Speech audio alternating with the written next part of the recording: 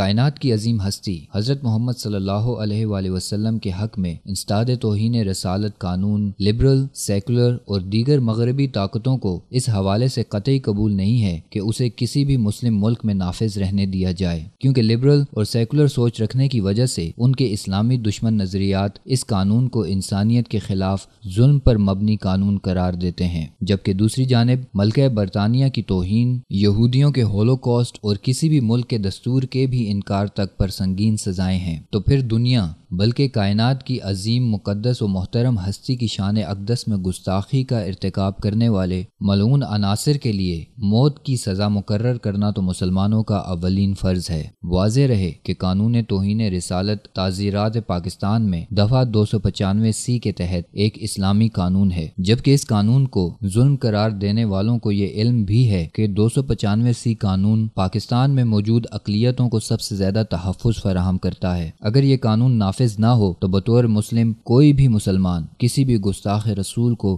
بغیر تصدیق گستاخی کے قتل کر سکتا ہے، جس سے قانون کی بالادستی بھی کمزور ہوتی ہے۔ لیکن اس قانون کے تحت گستاخ رسول کو باضابطہ عدالت میں پیش کر کے گستاخی کی تصدیق کے بعد موت کی سزا دی جاتی ہے، جبکہ دوسری طرف یہاں یہ بات بھی قابل شرم ہے کہ 295 کے قانون میں ترمیم کے بل کی حمایت کرنے والے بے حس و نام نہاد مسلم سیاستدان پاکستان کے لیے دھبا ہیں، اور انہی عناصر کے ذریعے باطل قوتیں اس قانون کو کمزور کرنے بلکہ ختم کروانے کا ماحول پیدا کرنے کے ساتھ ساتھ ملعون عناصر سے گستاخی کروانے میں کامیاب بھی ہوتی ہیں، جیسے کہ 2009 میں نانکانہ کی آسیہ نے رسول اللہ صلی اللہ علیہ وآلہ وسلم کی شان میں گستاخی کی، اور اس گستاخی کا اس نے عدالتوں میں اقرار بھی کیا تھا، لیکن پاکستانی نام نہاد حکمرانوں نے سیاسی مفادات کے لیے سرد مہری کا اظہار کیا، جس وجہ سے مذکورہ گستاخ ملعونہ کو اب تک موت کی سزا نہیں دی گئی، جبکہ 295 کا قانون اسی خطرے کی طرف توجہ دلاتا ہے کہ اگر حکومت باضابطہ ایسے عناصر کو سزا نہ دے گی تو اپنے نبی صلی اللہ علیہ وآلہ وسلم کی حرمت کی خاطر مسلمان قانون اپنے ہاتھ میں لے کر ایسے ملعون عناصر کو قتل کر دیا کریں گے، جس کی واضح مثال پنجاب کے سابق گورنر سلمان تاثیر نے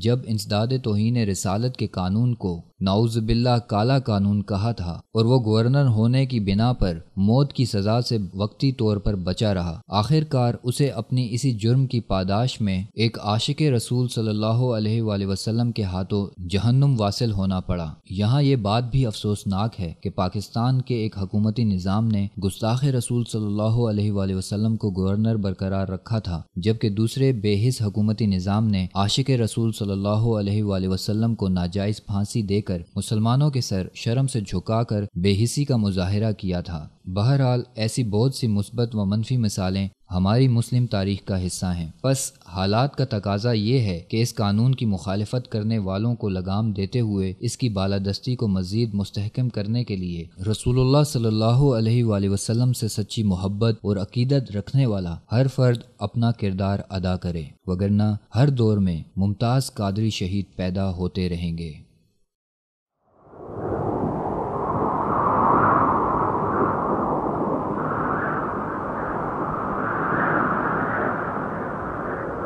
اخوت و محبت کا علم بردار وصال اردو۔